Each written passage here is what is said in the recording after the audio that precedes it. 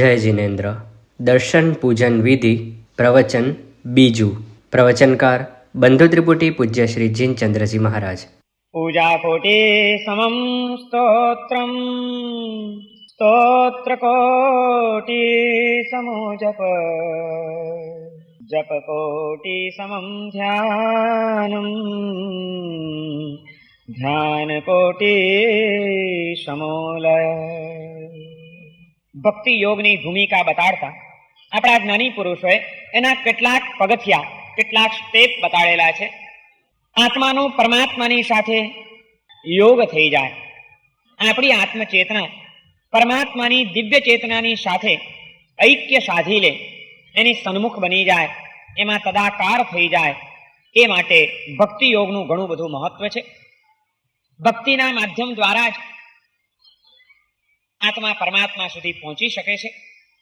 પણ એ ભક્તિનો ભાવ હૃદયમાં પ્રગટે.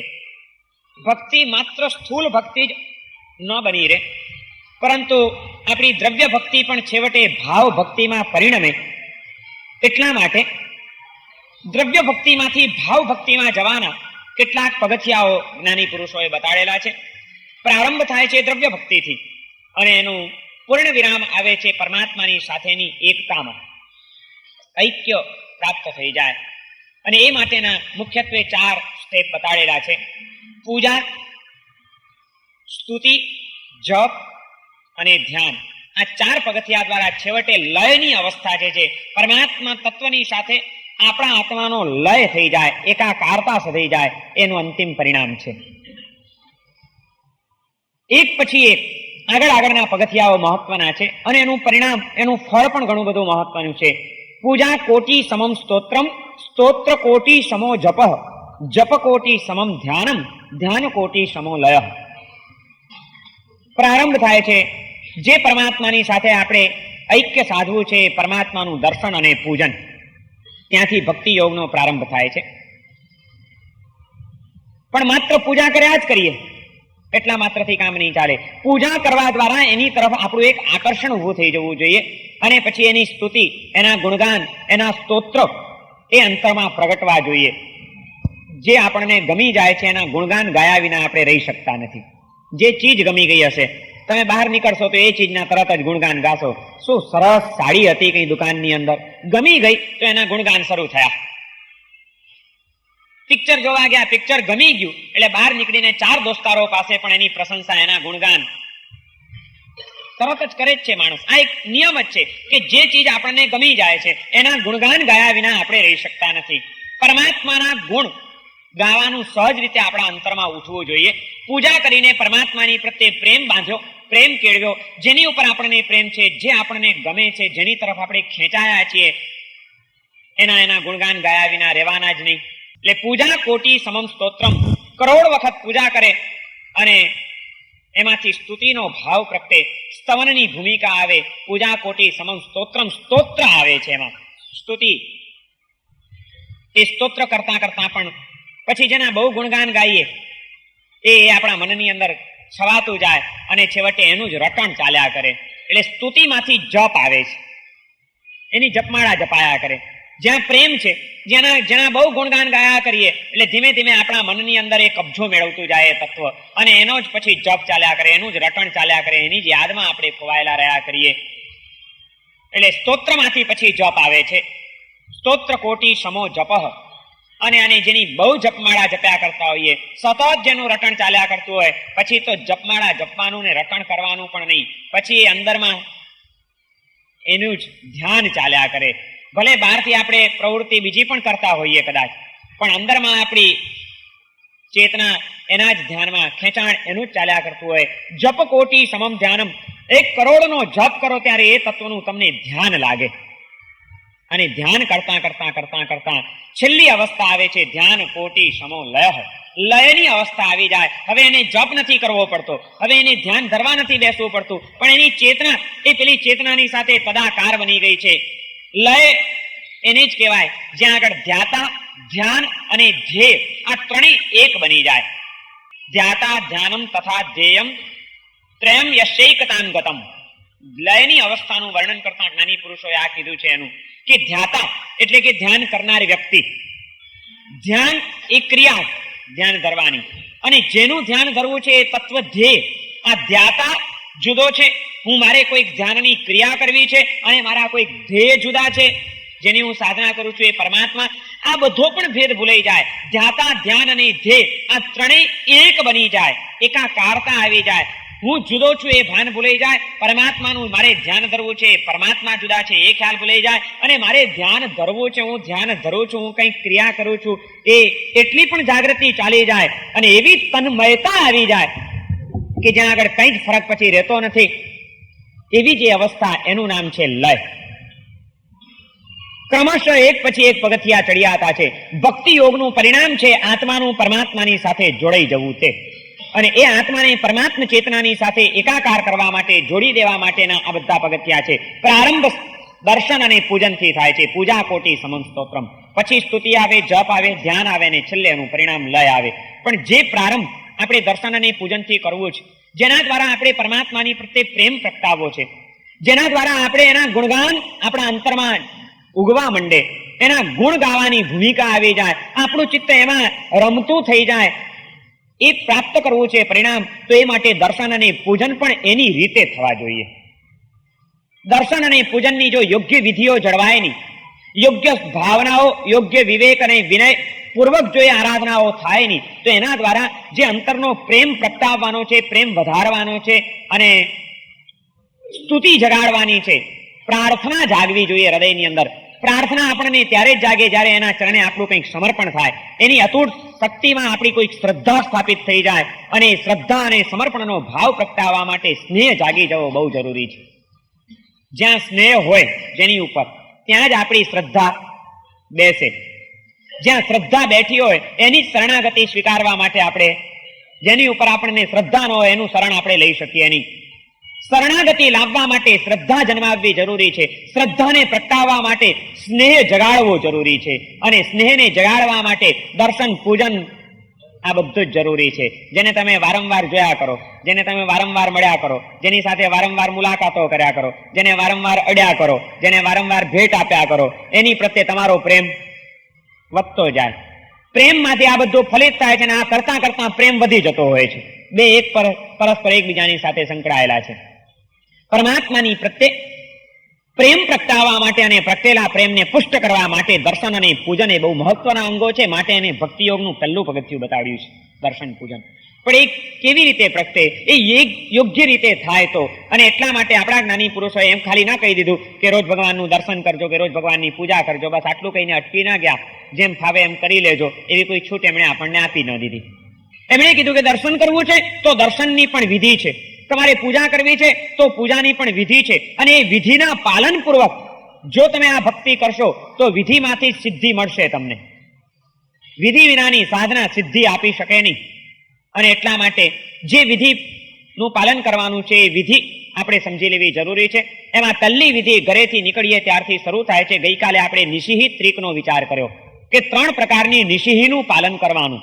ઘરેથી નીકળે શ્રાવક તો જીવદયાનું પાલન કરતો કરતો રસ્તે કોઈ જીવ સૂક્ષ્મ પણ, આજે હું પ્રભુના દર્શન કરવા જાઉં છું, પ્રભુની પૂજા કરવા જાઉં છું, પ્રભુની ભક્તિ કરવા જાઉં છું, જે મારા પ્રભુએ જગતના જીવ માત્રની કરુણાનો આદર્શ મને આપ્યો છે, એ કરુણા ધર્મનું ક્યાંય ખંડન ન થઈ જાય એટલી જાગૃતિ પૂર્વક એ જીવદયાનું પાલન કરતો કરતો અને અનુકંપા દાન કરતો કરતો દેરાસરે આવે.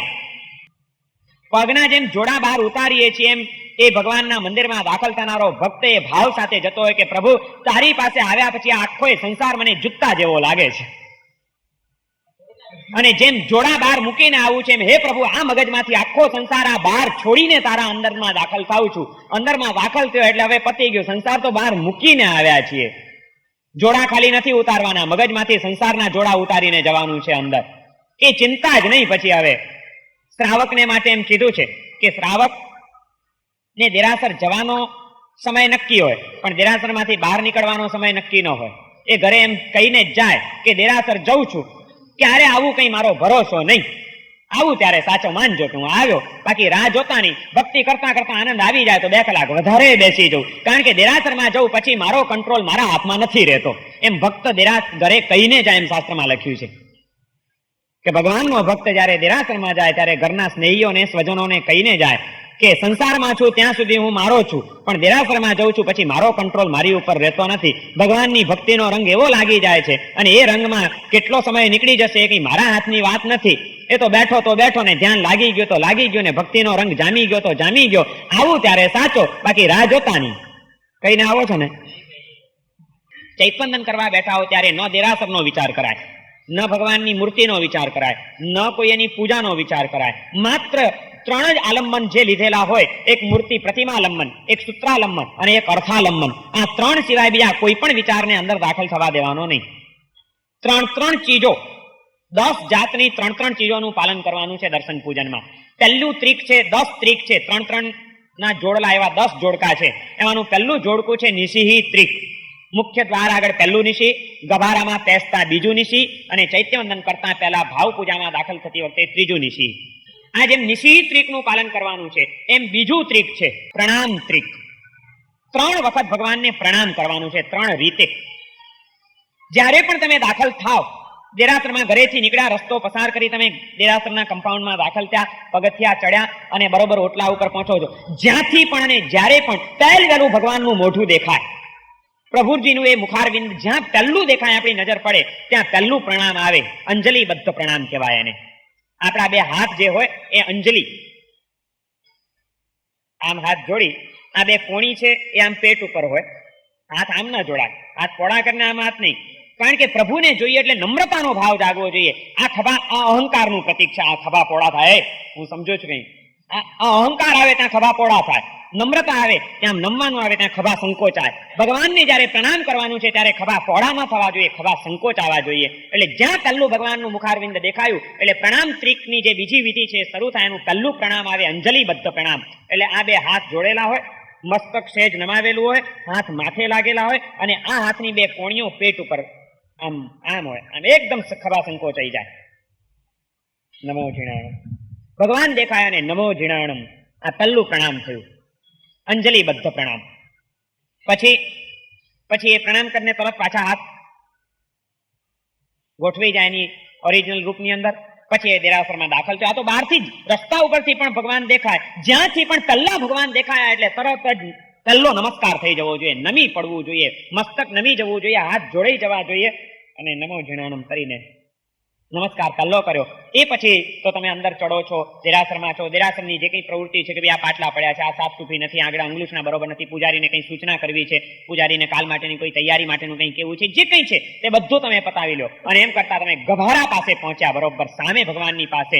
એટલે પહેલું પ્રણામ થયું હતું જ્યાંથી ભગવાન દેખાયા ત્યાંથી મેઇન ગેટ ઉપરથી. બીજું પ્રણામ ભગવાનના ગભારા પાસે પહોંચો ત્યારે અર્ધાવનત પ્રણામ. બીજા પ્રકાર પ્રણામનું નામ છે અર્ધાવનત. પહેલું છે અંજલિબદ્ધ પ્રણામ, બીજું છે અર્ધાવનત.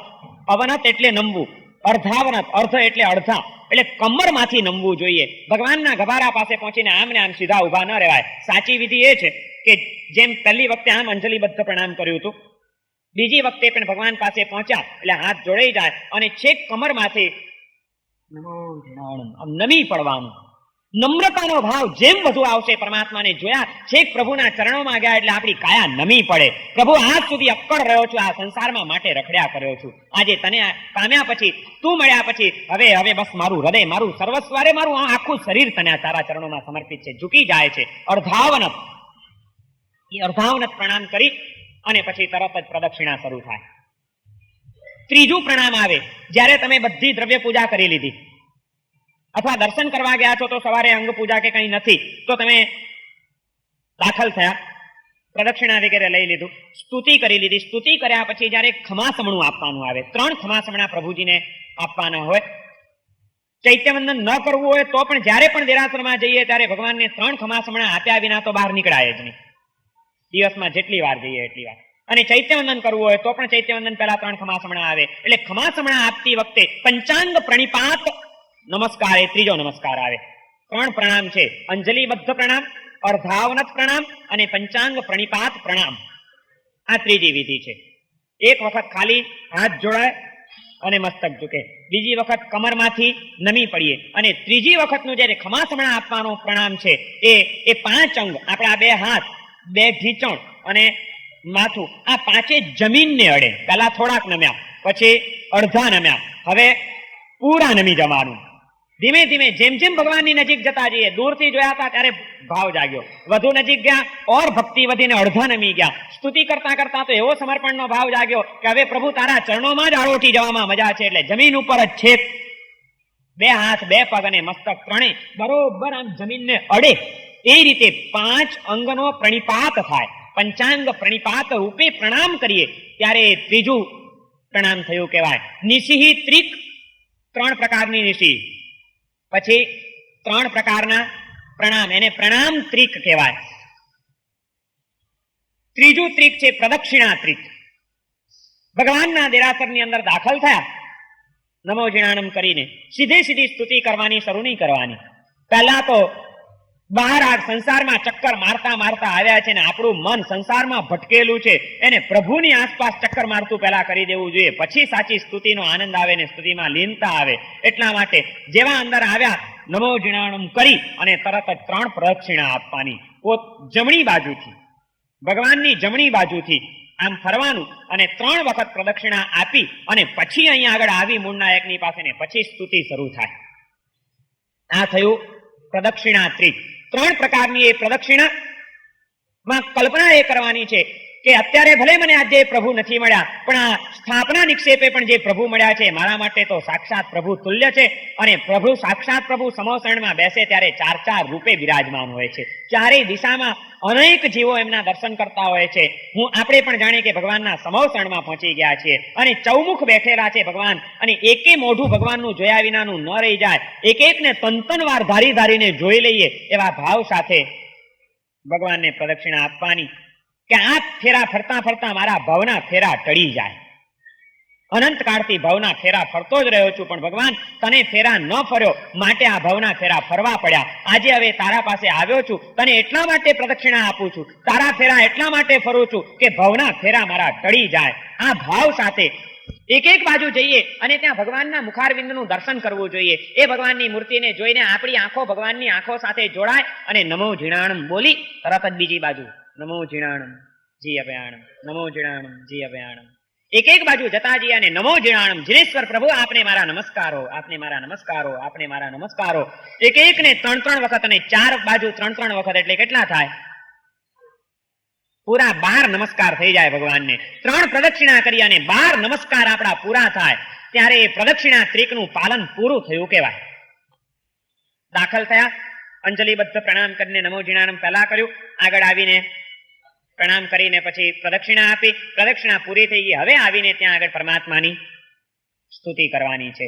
દર્શન કરવા આવ્યા છો તો સ્તુતિ કરવાની છે, પૂજા કરવાની છે તો પણ પૂજા પણ પાછી 3 પ્રકારની છે. જેમ 3 પ્રકારની નિશી, 3 પ્રકારના પ્રણામ, 3 વખત પ્રદક્ષિણા, ચોથું ત્રિક છે પૂજા ત્રિક.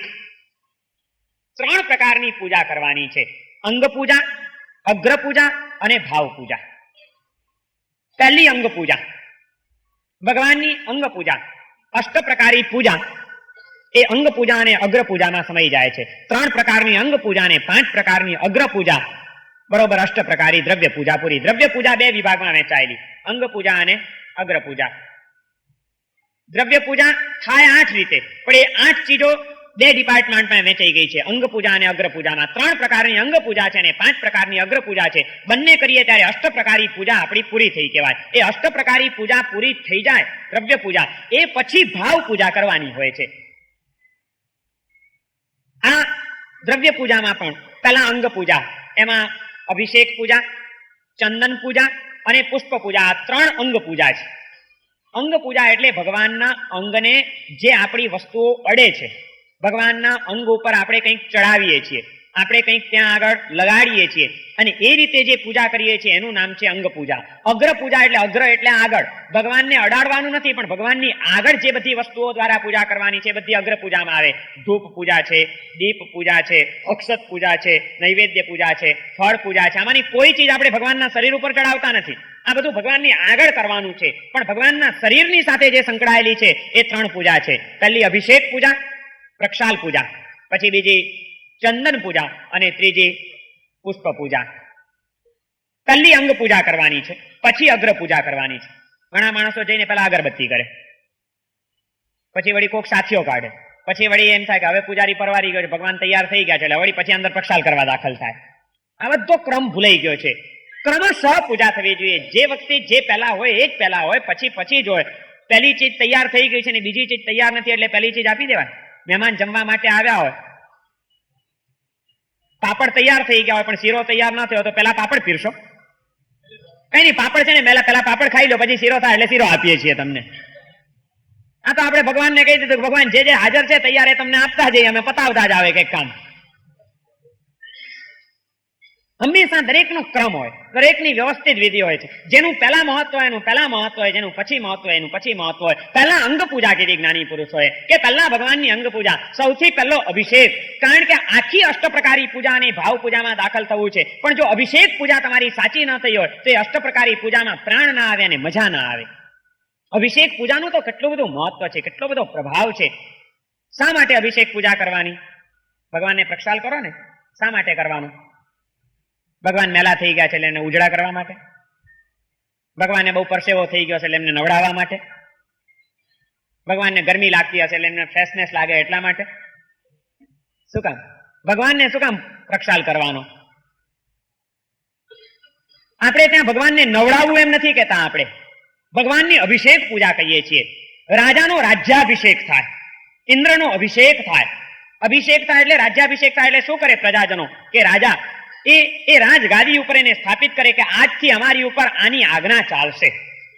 પ્રજા રાજાનો રાજ્યાભિષેક કરે છે એવા ભાવ સાથે કે આજથી અમારી ઉપર તમારી આણા પ્રવર્તો, આજથી અમે તમારા સેવક છીએ, તમારી આજ્ઞા જ અમારી ઉપર ચાલશે. આપણે ભગવાનને નવડાવવાના નથી. ભગવાનનો અભિષેક એટલા માટે કરવાનો છે કે હે પ્રભુ, આજ સુધી આ આત્માની ઉપર મોહ રાજાની આણા ચાલતી હતી, આજ્ઞા ચાલતી હતી અને એના નચાવ્યા અમે નાચતા હતા, પણ આજે તારા ચરણોમાં આવ્યા પછી અમે તારો અભિષેક કરીએ છીએ કે આજથી અમારા આત્માની ઉપર હવે તારી જ આજ્ઞા પ્રવર્તો, તારું જ સામ્રાજ્ય છવાયેલું રહો. અમે તારા સામ્રાજ્યમાં જીવવા માંગીએ છીએ. અમારા અધિપતિ તરીકે અમે તને વિરાજમાન કરીએ છીએ. તારી એક એક આજ્ઞાઓ મુજબ અમે જીવન જીવશું, તારી આજ્ઞાને અમે માથે ચડાવશું, એવો અમે તને એકરાર કરીએ છીએ. એટલા માટે ભગવાનનો અભિષેક કરવાનો છે. રાજ્યાભિષેક થાય એટલે એ અમારી ઉપર, અમારો આજથી એ રાજા, આજથી એની જ આજ્ઞા અમારી ઉપર ચાલશે, એનું પ્રતીક છે. એમ ભગવાનને અભિષેક કરીએ એટલે આજથી મારા જીવનમાં ડગલે ને પગલે આ પ્રભુજીની આજ્ઞા જ ચાલશે.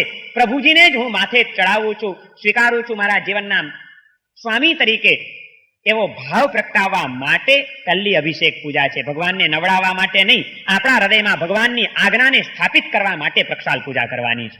અને એ રીતે ભગવાનની આજ્ઞા મારી ઉપર પ્રવર્તો એ ભાવ હોય પછી જ આગળની પૂજાઓમાં મજા આવે. જ્યાં સુધી આજ્ઞા મોહની ચાલતી હોય, આપણે સમર્પિત મોહરાજને હોઈએ, ત્યાં સુધી કદાચ આગળની પૂજાઓ કરી પણ જઈએ તો એમાં જેવો ભાવોલ્લાસ ને જે ભક્તિ જાગવી જોઈએ જાગી શકે નહીં. આ મારો રાજા છે, આ મારો નાથ છે, આજથી એનું સ્વામિત્વ હું સ્વીકારી લઉં છું. બસ મારા માથે હવે એનો જ પ્રભાવ, આ સ્વીકાર કરીને હૃદયની અંદર પછી એ પ્રભુજીને અભિષેક કરવાનો છે. અને આવો જયારે અભિષેક કરવાનો હોય ત્યારે અભિષેક કેવી રીતે થાય? કેવી રીતે અભિષેક થાય? મસ્તકે તો સાચો, પણ કેવી રીતે કરવાનો? આમ રાજાનો રાજ્યાભિષેક કેવી રીતે થાય? એક જણ આમ રાજાની ગળચી પકડી રાખીને બીજો આમ પાણી ઢોળે એમ? અરે બહુમાન છે આ તો. હજારો પ્રજાજનોની વચ્ચે આજે આપણે એને આપણા નાથ તરીકે સ્થાપિત કરીએ છીએ, એનો રાજ્યાભિષેક કરીએ છીએ, તારે કેટલું બહુમાન હોય. કળશને એક હાથથી કોઈ દિવસ પકડાય નહીં. અભિષેક કરતી વખતે કળશને બે હાથથી પકડવો જોઈએ. બે હાથથી પકડી ભાવ વિભોર બની અને આમ પ્રભુજીની ઉપર ધીમી ધારે અભિષેક થાય. મસ્તકેથી અભિષેક ચાલ્યા કરે, એનું નામ છે અભિષેક. ગમે તેમ અભિષેક કરાય નહીં, ગમે તે રીતે કળશને પકડાય નહીં, ગમે તે રીતે ભગવાનની સામે ઉભા રહેવાય નહીં. અભિષેક પૂજા અષ્ટપ્રકારી પૂજામાંની પહેલી પૂજા છે અભિષેક પૂજા. એ પણ ઘણો બધો વિવેક માંગી લે છે. અભિષેક પૂજાની અંદર પાણી ચોખ્ખું હોવું જોઈએ, વાસી ન હોવું જોઈએ, અણઘડ ન હોવું જોઈએ, શુદ્ધ રીતે કાઢેલું હોવું જોઈએ. એ પાણીને પણ શુદ્ધ માંજેલા ચોખ્ખા કળશની અંદર ભરેલું હોવું જોઈએ. આપણા હાથ પણ ચોખ્ખા હોવા જોઈએ. કારમાં આવ્યા, તમે ઘરેથી નાહીને આવ્યા પૂજા કરવા માટે, ઘરેથી નાહીને કારમાં આવો છો, જાતે ડ્રાઇવિંગ કરીને આવો છો, પછી દેરાસરમાં આવીને સીધા એ હાથથી પૂજા કરાય? જે કારના તમારા એક કારની સીટ હોય કે જે કંઈ પણ તમે જ્યાં જ્યાં તમારા હાથ લગાડ્યા હોય, સ્ટીયરિંગ હોય, એ બધા એની ઉપર તો કોઈકના પરસેવા વાળા હાથ લાગ્યા હોય, કોઈ કેવા માણસો અડેલા હોય, એ અશુદ્ધ પરમાણુઓ તમારા હાથને લાગ્યા હોય અને એ હાથથી તમે સીધી ભગવાનની પૂજા કરવા જાઓ તો એ આશાતના થઈ જાય ભગવાનની. બહારથી આવ્યા એટલે હાથ અને પગ પાછા એને શુદ્ધ કરી લેવા જોઈએ. કોઈ અશુદ્ધ ભૂમિની ઉપર આપણા પગ પડ્યા હોય, કોઈ અશુદ્ધ સ્થાને આપણા હાથ લાગેલા હોય તો અલ્પ જળથી જૈણાપૂર્વક, એ જૈણા તો બધે જ જોઈશે, આજે કદાચ આ વધ્યું છે પણ એ પગ ધુએ તો એ જાણે નળ ખુલ્લો મૂકી દે ને ધના ધન, ત્યાંય પાછો વિવેક ન હોય. ખ્યાલ જ નથી આપણને કે આપણા ભગવાનની ભક્તિની એક એક આરાધનામાં પણ જૈણાનું કેટલું પાલન કરવાનું છે આપણું લક્ષ્ય નથી. એમ નથી કે જાણી જોઈને આવું બધું, પણ સમજ નથી, ખબર નથી, જ્ઞાન નથી, એટલા માટે આવી બધી અવિધિઓ ચાલે છે આપણે ત્યાં. બહારથી આવ્યા એટલે તમારે હાથ ચોખ્ખા કરી લેવા જોઈએ. પછી શુદ્ધ હાથે ભગવાનનો એક કળશ લઈ બે હાથની અંદર કળશ પકડી ભાવપૂર્વક પરમાત્માની અભિષેક પૂજા, એ ભાવ સાથે કે હે પ્રભુ, આપનો આ રાજ્યાભિષેક કરું છું, આપનો આ અભિષેક કરું છું, આપને મારા હૃદય રૂપી સિંહાસન ઉપર આજથી હું પ્રતિષ્ઠિત કરું છું કે આજે આખો દિવસ આપ મારા હૃદય સિંહાસન ઉપર બિરાજમાન રહેજો. આજની આખા જીવનની મારી તમામ પ્રવૃત્તિઓમાં આપની આજ્ઞા મારી ઉપર પ્રવર્તજો. આપે જે આજ્ઞા કરી છે એ મુજબની મારી એક એક પ્રવૃત્તિ હશે. અર્થોપાર્જન કરવા પણ હું જઈશ, પણ એમાં આપને અભિષેક આપનો કર્યો છે, આપને પધરાવ્યા છે, એટલે આપે જે મને આજ્ઞા કરી છે અર્થોપાર્જન માટેની પણ, કે શ્રાવકનો અર્થ પુરુષાર્થ કેવો હોય એ ખ્યાલપૂર્વક, એ ભાનપૂર્વક, એ જાગૃતિપૂર્વક આજનો મારો અર્થ પુરુષાર્થ બની રહેજો. હું આપને મારા હૃદય ઉપર સ્થાપિત કરું છું. આવા ભાવ સાથે અભિષેક પૂજા કરવાની છે. પહેલી અભિષેક પૂજા. અભિષેક પૂજા થઈ ગઈ, ભગવાનને અંગલુછણા થઈ ગયા, ક્યાંય પણ પાણી રહી ન જાય, ઝીણામાં ઝીણા ખૂણે ખચકે પણ ક્યાંય પાણીનો અંશ રહી ન જાય. જો લાંબો ટાઈમ રોજ પાણી રહી જાય તો ત્યાં આગળ લીલફૂલ થવાની શક્યતા, ફૂગ વળવાની શક્યતા. એટલા માટે બરોબર મૂર્તિ એકદમ કોરી થઈ જવી જોઈએ. 3 અંગલુષણા કરવા જોઈએ. પહેલા એક અંગલુષણાથી કરીએ પણ એ અંગલુષણું તો એકદમ ભીનું થઈ જાય, પછી બીજું કોરું લેવાનું, કોરું લઈને બરોબર પાછી મૂર્તિને સ્વચ્છ કરી નાખવાની. એ પછી પણ હજી સહેજ પણ ક્યાંય ભીનાશ રહ્યો એટલે ત્રીજું એકદમ ચોખ્ખું કોરું અંગલુષણું લઈ અને બરોબર ભગવાન લૂછાઈ જાય, એકદમ ચોખ્ખા સિક્કા ક્લિયર થઈ જાય. પછી ચંદન પૂજા આવે. અભિષેક પૂજા એટલે અભિષેક પૂજા છે. ભગવાન મેલા થયા છે અને એને સાફ કરવા માટે આપણે નવડાવતા નથી, એટલે બને ત્યાં સુધી વાળા કૂંચીનો ઉપયોગ કરવો જ નહીં જોઈએ. વાળા કૂંચીનો ઉપયોગ પણ ત્યાં જ કરવાનો કે જ્યાં આગળ ભીના કપડાથી કે પાણીથી જ્યાં આગળ કેસર નીકળવાની શક્યતા ન હોય, એવા કોઈ ખૂણે ખાંચરે કદાચ ક્યાંક કેસરનો કણિયો ભરાઈ ગયો છે અને એ સીધી રીતે નીકળતો નથી. ખરેખર તો અંગલુછણું પાણીની કુંડીમાં જબોડી લચપચતું એ અંગલુછણું એ જો આમ થપથપાવીએ તો કેસર ક્યાંક ભરાયેલું હોય તો એ પીગળીને તરત જ નીકળી જાય. પણ એ બધો પ્રયત્ન કરવા છતાં ક્યાંક ન નીકળ્યું તો ત્યાં આગળ વાળા કૂંચી લઈ અને સંભાળીને એટલો કેસરના ભાગમાંથી કેસર ખસી જાય એટલા પૂરતો જ વાળા કૂંચીનો ઉપયોગ કરવો જોઈએ. સીધી કુંડીમાં જબોડી અને ભગવાનની આખી મૂર્તિ ઉપર જ્યાં જરૂર નથી ત્યાં વાળા કૂંચી ઘસ કર્યા કરે, એટલે મૂર્તિને ઘસરકા ન પડતા હોય તો પડે. અને ધાતુની પ્રતિમાઓની દશા જોઈ હોય તમે, આવા ભગતો 5-15 ભેગા થઈ જાય અને 10 વર્ષ જો દેરાસરમાં એ ભગવાન રહી જાય તો એ અર્યંતની મૂર્તિ સિદ્ધની મૂર્તિ થઈ જાય. ન એને આંખ હોય, ન એને નાક હોય, ન એને કાન હોય, સપાટ મોઢું જોઈ લ્યો તમે.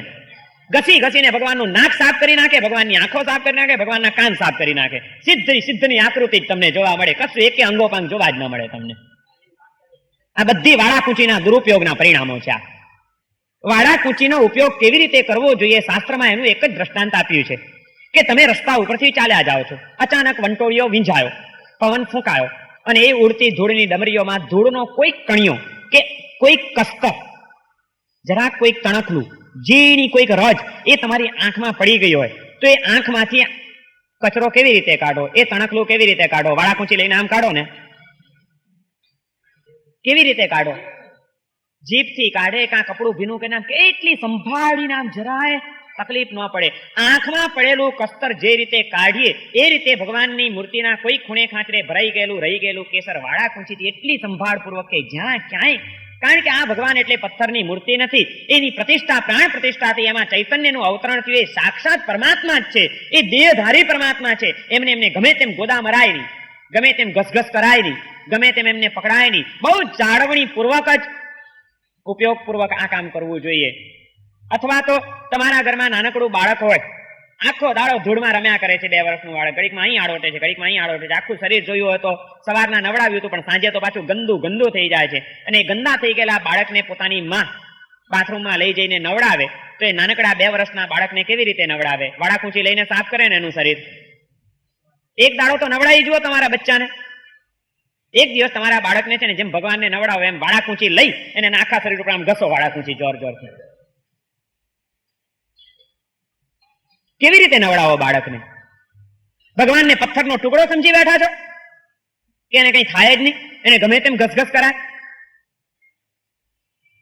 વાળા કૂંચીનો ઉપયોગ બિલકુલ અયોગ્ય ઉપયોગ છે, શાસ્ત્ર વિહિત પણ નથી. એ માત્ર ન છૂટકે જ ક્યાંક આવો ઉપયોગ કરવાનો હોય ત્યાં એમ કીધું કે ગમે તેવી સડી બળીથી ન થાય એટલે ચંદનની જે સડી હોય એનાથી એ કેસર લઈ લેવાનું. એટલા માટે વાળા કૂંચી રાખવામાં આવી છે, બાકી વાળા કૂંચીના ઉપયોગ ગમે તેમ કરાય નહીં. અભિષેક પૂજા કરવાની છે એટલે માત્ર ભગવાનનો અભિષેક કરવાનો છે. એ અભિષેક કરીને ભગવાનને ચોખ્ખા કર્યા પછી ચંદન પૂજા. ચંદન પૂજા પણ શા માટે કરવાની? જેમ અભિષેક પૂજા કરીને ભગવાનને આપણા હૃદયમાં પ્રતિષ્ઠિત કરવાના છે, એમને સ્વામી તરીકે સ્વીકારવાના છે, એમ ચંદન પૂજા કરતા કરતા એ ભાવ સાથે કરવાની છે કે હે પ્રભુ, જન્મ જન્માંતરથી કસાયોની આગ મારા અંતરમાં સળગી રહી છે. આ કસાયોની બળતરા બહુ ઉપડી છે, આ ચંદન બહુ શીતળ છે. આપને એટલા માટે આ ચંદનથી પૂજું છું કે ચંદન જેવી શીતળતા આ આપની ભક્તિના પ્રભાવે મારા રોમ રોમમાં પ્રગટે. મારા એક એક આત્મપ્રદેશ ચંદન જેવો શીતળ બની જાય, એમાં ઉઠતી કસાયોની આગ શાંત થઈ જાય. કારણ કે ચંદન શીતળતા આપનારું છે ને દાહ મટાડનારું છે. પ્રભુ, મારા આત્માની અંદર અનંત કાળથી કસાયોનો દાહ પ્રગટેલો છે, જ્વાળાઓ સળગેલી છે, એમાં હું સતત બળી રહ્યો છું. પણ આપની આ ભક્તિના પ્રભાવે આ ચંદન પૂજા કરતા કરતા એ ચંદનની શીતળતા મારા આત્માને સ્પર્શે, મારા કષાયોની આગ થઈ જાય. એટલા માટે એવા ભાવપૂર્વક ચંદનની પૂજા કરવાની છે.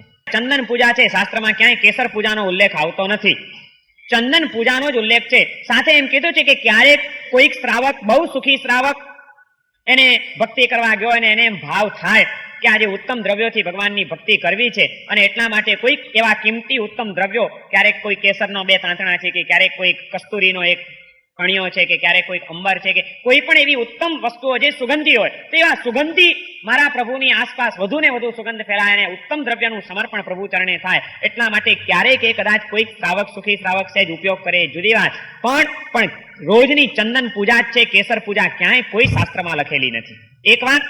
બીજું, ભક્તિ પણ આપણે જે કરવી હોય એવી રીતની કરવી જોઈએ કે જે ભગવાનની મૂર્તિને નુકસાન કરનારી ન હોય. કેસર એ ગરમ દ્રવ્ય છે, આ ગરમ વસ્તુ એ મૂર્તિને નુકસાન કરે છે. રોજ જો કેસર લાગ્યા કરે, રોજ એ ગરમ ચીજની અસર થયા કરે, અને અંગ તો આપણા ફિક્સ જ છે 9 અંગે, એટલે એકની એક જગ્યા અહીં કેસર રોજ લાગ્યા કરે ને એ રોજ ગરમ દ્રવ્ય રહ્યા કરે તો લાંબે ગાળે એ મૂર્તિને નુકસાન કરે છે, મૂર્તિ ખવાઈ જાય છે. ઘણી મૂર્તિઓમાં ખાડા ઝીણા પડી જતા હોય છે. ઘણી મૂર્તિનો પથ્થર કદાચ સહેજ નબળો હોય તો એ ખવાઈ પણ જાય અને બગડી પણ જાય. એટલા માટે આપણી એ ભક્તિ છે પણ ભગવાનની મૂર્તિની તો કંબક્તિ કરી નાખે છે. એટલા માટે ભક્તિ પણ કંબક્તિ કરનારી ન હોવી જોઈએ, ભક્તિમાં વિવેક હોવો જ જોઈએ. અને એટલા જ માટે જ્ઞાની પુરુષોએ ચંદન પૂજા કીધેલી છે શાસ્ત્રોમાં, ક્યાંય પણ કેસર પૂજાનું વિધાન કરવામાં આવેલું નથી. એક વાત. એટલા જ માટે આ તમે લોકોએ ઊંધું બધું ધંધો કર્યો એને માટે ટીકા શા માટે કર્યા છે? કેસર પૂજા કરવા માટે ટીકા નથી કર્યા, કેસર પૂજા વિવેક વિહોણી બની માટે ટીકા કરવા પડ્યા. તમે પ્રાચીનમાં પ્રાચીન મૂર્તિઓ લાવો, ઘણે બધે ઠેકાણે ખોદકામ કરતા મૂર્તિઓ નીકળે છે. કોઈ ઠેકાણે તમે ખોદકામ કરતા એવી મૂર્તિ નીકળેલી જોઈ કે જેની ઉપર ટીકા લાગેલા હોય? ટીકા આજથી 150 વર્ષ પહેલા વેણીચંદ સુરચંદ શાહ નામના એક શ્રાવક જે મહેસાણાની અંદર હતા, જેના નામની અત્યારે સંસ્કૃત પાઠશાળા પણ ત્યાં આગળ ચાલે છે, બહુ સારા શ્રાવક હતા. અને તે વખતે કેસર પૂજાનો ઉપયોગ વિવેક વગરનો વધી ગયેલો હશે અને ઠેક ઠેકાણે મૂર્તિઓ ખવાઈ જતી હતી. એટલા માટે પછી એને એમ થઈ ગયું કે આ તો મૂર્તિઓ બધી બહુ ખવાઈ જાય છે અને લોકો કઈ સમજે એમ તો છે નહીં. એટલે એને પહેલા વેણીચંદ સુરચંદે આ ચાંદીના ટીકા લગાડવાનું શરૂ કર્યું કે ચાંદીના ટીકા લગાડ્યા હોય તો મૂર્તિ ખવાઈ ન જાય. અને ત્યારથી એ પછી ધીમે ધીમે રિવાજ બની ગયો કે આજે તો મૂર્તિ પેલા ખવાઈ ગઈ હતી એટલે ચાંદીના ટીકા લગાડ્યા, હવે પહેલેથી જ ન ખવાઈ જવા માટે ચાંદીના ટીકા લગાડો. પણ અમે અવિધિ તો નહીં જ છોડીએ અમારી. અને એમાંથી તકલીફ કેવી થઈ ગઈ જુઓ. હંમેશા શિલ્પી જે ભગવાનની મૂર્તિ તૈયાર કરે એ મૂર્તિ આચાર્ય ભગવંતોના હાથમાં જાય. આચાર્ય ભગવંતો એની ઉપર પ્રાણ પ્રતિષ્ઠા કરે, એનામાં પરમાત્મા તત્વનું, ચૈતન્ય તત્વનું અવતરણ કરવામાં આવે અને એ રીતે સાક્ષાત પરમાત્મા તુલ્ય બનેલી, ચૈતન્યનું અવતરણ થયેલી એ મૂર્તિ આપણા માટે પૂજનીય બને છે, વંદનીય બને છે, આરાધ્ય બને છે. અને એવી પવિત્રતાના પુંજ સમી મૂર્તિનો આપણે સ્પર્શ કરીએ, એના અંગોપાંગનો સ્પર્શ કરીએ અને ત્યાંથી જે શક્તિનો કરંટ આપણને મળે એ એની પાછળનું વિજ્ઞાન હતું. પણ તકલીફ એવી થઈ ગઈ કે આ ટીકાનો રિવાજ જ્યારથી વ્યાપક બની ગયો અને રોજિંદો થઈ ગયો એટલે પ્રાણ પ્રતિષ્ઠા થાય છે મૂર્તિની અને દેરાસરમાં મૂર્તિ પ્રતિષ્ઠિત થયા પછી પાછળથી ટીકા તોડવામાં આવે છે કે જે ટીકા પ્રતિષ્ઠિત થયેલા નથી, જેની ઉપર કોઈ પ્રાણ પ્રતિષ્ઠા નથી, જેનામાં કોઈ ચૈતન્યનું અવતરણ નથી. સ્પર્શ સાક્ષાત પરમાત્માનો કરવાનો હતો, એને બદલે તમને સ્પર્શ થાય છે ચાંદીના ટીકાનો જ. તમે ભગવાનની મૂર્તિની તો પૂજા જ નથી કરી શકતા, ટીકાની જ પૂજા થયા કરે છે કે જે ટીકા પ્રતિષ્ઠિત નથી થયેલા, જે પાછળથી ચોડવામાં આવેલા છે. ટીકા શું કામ લગાડવા પડે આપણને? કોઈ દિવસ પ્રાચીન કાળમાં ટીકા હતા નહીં. ક્યાંય સંપ્રતિ મહારાજાની કે કુમારપાળ રાજાની મૂર્તિઓ આજે પણ નીકળે છે ને કોઈ ઠેકાણે ટીકા મળતા નથી. આપણે બધો અવિવેક કર્યો, કેસર પૂજાને પણ વિવેક વગરની બનાવી, એનાથી મૂર્તિઓ ખવાવા મંડી, નુકસાન થયા, માટે પછી હવે આ ટીકા શરૂ થયા. એ પણ ફક્ત 150 વર્ષ જ જૂના છે, એથી પહેલા નહોતા ટીકા. આપણે ત્યાં જૈન સંઘમાં ક્યાંય ટીકા નહોતા. પહેલવેલી આની શરૂઆત જ વેણીચંદ સુરચંદ શાહે કરેલી છે. આ એક ખોટી અવિધિ છે. અને બીજું, તમે જો ટીકાના કારણે મૂર્તિનું સૌંદર્ય કેટલું ખલાસ થઈ જાય છે. જે સહજ મૂર્તિ હોય, સુંદર સુડોળ શિલ્પીએ વ્યવસ્થિત રીતે એના નિયમો જાળવીને બનાવેલી મૂર્તિ, એનો જે આહ્લાદ અને એનું જે દર્શન કરવાનો આનંદ હોય છે, એને બદલે તમે ટીકાઓ ચોડી દો, એક ટીકો અહીં ને એક ટીકો અહીં, મોટા મોટા, એટલે આખી મૂર્તિ બેડોળ બની જાય છે. ચક્ષુ એવી ચોડે કે જાણે ભગવાને ચશ્મા પહેર્યા હોય. હકીકતમાં આજે જે ચક્ષુઓ ચાલે છે એવા ચક્ષુઓ નહોતા પ્રાચીન કાળમાં. આજે જે રીતે ટીકા ચોડાય છે એવા કોઈ ટીકા નહોતા પહેલા કોઈ દિવસ. ચક્ષુ તો મૂર્તિની અંદર જ એવા કોતરાઈ ગયેલા હોવા જોઈએ કે આમ નેચરલ લાગે. માણસ આમ જાય અને ભગવાનની આંખો ઉપર એની આંખો ચોંટી જાય, ત્યાંથી આંખોને ઉઠવાનું મન ન થાય. એટલું સૌંદર્ય ને એટલું આકર્ષણ પરમાત્માની આંખમાં હોવું જોઈએ કે આંખો આપણને પકડી લે, ખેંચી લે, ત્યાંથી તમને ખસવાનું મન ન થાય. આ તો કાચની ને એવી જ આંખો ચોડી જ દેવાની સીધી. એ વળી 15 દાડા થાય ઉખડે એટલે પૂજારી વળી પાછો લપકો કરે રાડનો. જરૂર પડે તો એને ગરમ કરે, જરૂર પડે તો આડી અવળી ચોડે, પછી એ સરખી પણ ચોડે, આ સહેજ વાંકી ચૂકીએ ચોટે. ઘણી વખત એક આંખ ઊંચી હોય ને એક આંખ નીચી હોય. તમે નીકળો તો ખરા, એક દાડો તો આમ ત્રાસી આંખ કરીને નીકળો બજારમાંથી. તમારી પોઝિશનમાં જરાય પંક્ચર ન પડવું જોઈએ. તમે જરા બહુ રૂડા રૂપાળા ને સરસ દેખાવા જોઈએ. અમારા ભગવાન ગમે તેવા દેખાય તો ચાલે. આમ બધા આમ ટીકા ચોડીને સારું લાગે? એક દાડો તમે છે ને પેલી જોન્સન એન્ડ જોન્સન નું પ્લાસ્ટર આવે છે ને, એની પટ્ટીઓના હું તમને ટુકડા કાપી આપું. એક ટુકડો અહીં ચોડો, એક ટુકડો અહીં ચોડો, એક ટુકડો અહીં ચોડો, બધે આમ ટુકડા ટુકડા પટ્ટીના ચોડીને બજારમાં નીકળો, કેવા સરસ લાગો છો. પછી જોજો તમે આપણા શરીર ઉપર ક્યાંય પટ્ટી, અરે ગુમડું થયું ને, વાગ્યું બી હોય ને, પણ જો પટ્ટી બહાર દેખાવાની તો માણસ ઓછામાં ઓછી ને એવી સરખી ગોળ કાપીને લગાડે કે ક્યાંય ખરાબ ન દેખાય મારું મોઢું. નાક ઉપર અહીં થઈ છે ફોડલી, પણ એ પટ્ટી લગાડવી છે તો ખરાબ ન લાગે એટલું જોઈને. કોઈ દિવસ તમને વિચાર ના આવ્યો કે મારા ભગવાન ખરાબ ન લાગવા જોઈએ, એ રીતે જ હું એને વ્યવસ્થિત બધું કરું. ગમે ત્યાં ટીકા ચોડી દેવાના. આ ટીકા સારા લાગે છે? ખોટી છે. આ બધી અવિધિઓ છે. જો શાસ્ત્ર વિહિત રીતે જો આપણે આ આરાધનાના માર્ગે જઈશું તો આ બધા પ્રોબ્લેમો ઓછા થઈ જશે. એટલા માટે અભિષેક પૂજા પછી કેસર પૂજા કીધી જ નથી, ચંદન પૂજા છે. જેમ પરમાત્માની પૂજાનું મહત્વ છે એમ પરમાત્માની મૂર્તિનું સૌંદર્ય પણ એટલું જ મહત્વનું છે. મૂર્તિની સુંદરતા હણાય નહીં, એ ધ્યાન પણ ભગવાનના ભક્તોએ જ રાખવું જોઈએ કે મારા પ્રભુ સુંદર લાગવા જોઈએ. મારા પ્રભુને કોઈ પણ જુએ તો એના તરફ આકર્ષાઈ જાય એવા મારા પ્રભુની મૂર્તિ હોવી જોઈએ. આ પણ ખ્યાલ હોવો જોઈએ. આ સૌંદર્યનો ખ્યાલ નથી, માટે પૂજાઓ પણ આડેધડ થાય છે. પૂજા કરનારા પણ તમે જોજો, સવારના ચંદન પૂજા શરૂ થઈ જાય અંગલુષણા થયા પછી 1 કલાકે તમે જોજો, અને એમાં કદાચ હજી મૂળનાયક ભગવાન તો ઠીક છે, પણ તમે આજુબાજુના ગોખલાઓમાં ને જો, હું તો રોજ માર્ક કર્યા જ કરું. કેટલાક ભાગશાળીઓ વિવેકી પણ હોય છે કે તરત જ વળી પાછું બધું સાફ પણ કરતા હોય છે કે મારા પ્રભુ બરોબર ચોખ્ખા હોવા જોઈએ. બાકી તો દે ધના ધન પૂજા કરતા જ જાય. પછી આમ કરતા કરતા વચ્ચે 2 છાંટા કેસરના પડે ખરા ને એ ભગવાનને કોકને અહીં પડે, કોકને અહીં પડે. આવા 15 ભક્તો ભગવાનની પૂજા કરી એટલે અમારા ભગવાન એકદમ કાબર ચિત્રા બની ગયા હોય.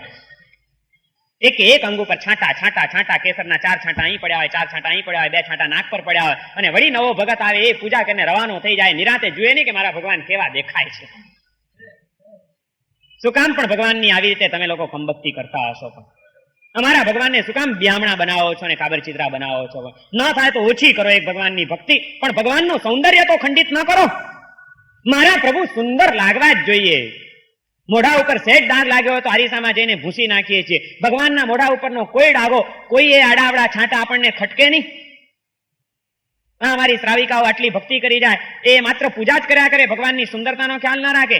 એમને પોતાને પપ પાવડર લગાડવા અને પાવડર અહીં વધારે લાગ્યો ને અહીં સહેજ ઓછો લાગ્યો તો એ સરખો કરવામાં 10 મિનિટ બગાડી શકે જે સ્ત્રીઓ. જેને જરાય આંખની ભમરમાં આછી પાતળી જાડી ન થવી જોઈએ, એક સરખી થવી જોઈએ, એ માટેના જે મેકઅપ કરી શકે, એને અમારા ભગવાનનો મેકઅપ કરવાનો કોઈ દિવસ વિચાર ના આવે કે આજે મારા ભગવાનની ચલો નિરાંતે આજે 1 કલાક બીજું કંઈ નથી કરવું. એક ભગવાનની આંખો બરોબર લેવલમાં છે કે નહીં એ જોવું છે. અને આપણે આજે એક દિવસ ભગવાનની આ જ ભક્તિ કરવી છે કે એક ભગવાનના કંબોલ સરસ બનાવી દઈએ, એક ભગવાનની ભમર સરસ બનાવી દઈએ, એક ભગવાનની આંખો બરોબર લેવલમાં છે કે નહીં એ ચકાસી લઈએ. અને એ રીતે આજે આપણે આ ભક્તિ કરવી છે. નહીં અમારે તો 9 ટીલા કરવા સાથે કામ, બીજી ભાંજગડમાં અમારે પડવાનું નહીં. અમે ભગવાનની ભક્તિ જ કરી જઈશું. કઈ ભક્તિ કરશો? અંગ પૂજામાં પહેલી અભિષેક પૂજા, બીજી ચંદન પૂજા અને ત્રીજી છે પુષ્પ પૂજા. ચંદન પૂજા પણ કરી ભગવાનના ચરણે આપણે આપણા અંતરનો દાહ ટાળવા માટે, કષાયોની બળતરાઓ સમાવવા માટે આપણે ચંદન પૂજા કર્યા પછી, હે પ્રભુ, આ દાહ ટળી જાય એટલા માત્રથી કામ નહીં થાય. રોગ ટળી જાય પણ આરોગ્ય ન પ્રગટે તો ચાલે. આ કષાયોની બળતરા ટળી જાય એટલું જ નહીં, પ્રભુ સદગુણોની સુવાસથી મારું જીવન ભર્યું ભર્યું બનવું જોઈએ. મારું જીવન સુગંધિત બની જાય, સુવાસિત બની જાય. એટલા માટે આ સુવાસિત એવા પુષ્પો આપના ચરણે ચડાવું છું. આ પુષ્પ નથી ચડાવતો પ્રભુ આપના ચરણે, પણ પરોપકારની ભાવના, પરોપકારની સુવાસ મારા અંતરમાં પ્રગટે એટલા માટે મારું હૃદય આપના ચરણે ચડાવું છું. પુષ્પ ચડાવતી વખતે આપણે આપણું હૃદય પરમાત્માના ચરણે સમર્પિત કરીએ છીએ. પુષ્પ જેવું કોમળ હોય છે એવું મારું હૃદય પણ હું કોમળ બનાવીને પરોપકારની ભાવનાથી કોમળ બનેલું એવું આ હૃદય એ પ્રભુ આપના ચરણે હવે સમર્પિત કરી દઉં છું. બસ આનો ઉપયોગ આપે જેમ કરવો એમ કરવાનો છે.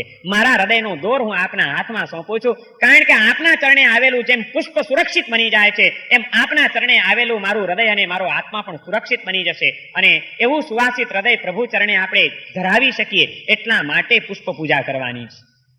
શેના માટે કરવાની પુષ્પ પૂજા? પુષ્પ સુવાસિત હોય છે અને પુષ્પ સુકોમળ હોય છે. આપણું હૃદય પણ સુવાસિત બને અને આપણું હૃદય પણ પરોપકારની ભાવનાથી કોમળ બને એટલા માટે આ પ્રભુ ચરણે સમર્પણ કરવાનું છે. પુષ્પનું ફૂલ ચડાવવાના છે. એ પુષ્પ પૂજા કેવી રીતે કરવી જોઈએ, ફૂલ કેવી રીતે લાવવા જોઈએ, પુષ્પ પૂજા પાછળની જીવદયાની ભાવના. ઘણા માણસો, અજ્ઞાની માણસો એમ કે છે આ પૂજામાં આવી હિંસા, પૂજા અને હિંસા, આરમ સમારમ ફૂલ તે કઈ ચડાવાય કેટલું પાપ લાગે. પણ એમને ખબર નથી કે સાચી અહિંસાના પાલન માટે પુષ્પ ચડાવવામાં આવે છે. હિંસા નથી કરતા, ફૂલ ચડાવીને અમે અહિંસાનું પાલન કરીએ છીએ. પુષ્પના જીવોને અભયદાન દેવા માટે પુષ્પ પૂજા કરવામાં આવે છે. એ પુષ્પ પૂજા કેવી રીતે થવી જોઈએ, ફૂલ કેવી રીતે લાવવા જોઈએ, ક્યારે લાવવા જોઈએ, કેટલા ચડાવવા જોઈએ, કેવી રીતે ચડાવવા જોઈએ, ક્યાં ચડાવવા જોઈએ, આ બધી વિચારણા. અને એ રીતે અંગ પૂજાનો આ ત્રીજો પ્રકાર છે પુષ્પ પૂજા. એ પછીની 5 પ્રકારની અગ્ર પૂજા, 8 પ્રકારી પૂજાનું વિવેચન આવતીકાલે આપણે પૂરું કરીશું. આગળની બધી પૂજાઓ અને 10-10 3-3 ચીજના જોડલાઓ, નિશિહી ત્રિક, પ્રણામ ત્રિક અને પ્રદક્ષિણા ત્રિક, 3 ત્રિક પૂરા થયા. હજી બીજા એવા 7 ત્રિક છે. 3-3 ચીજો, એવી 7 વસ્તુઓ છે જેનું પાલન દેરાસરમાં કરવાનું હોય છે. એ બધી ચીજો અંગેની વિચારણા આપણે હવે પછીના દિવસોમાં કરતા રહીશું. સર્વમંગલમાંગલ્યમ સર્વકલ્યાણકારણમ પ્રધાનમ સર્વધર્માણામ જૈનમ જયતિ શાસનમ.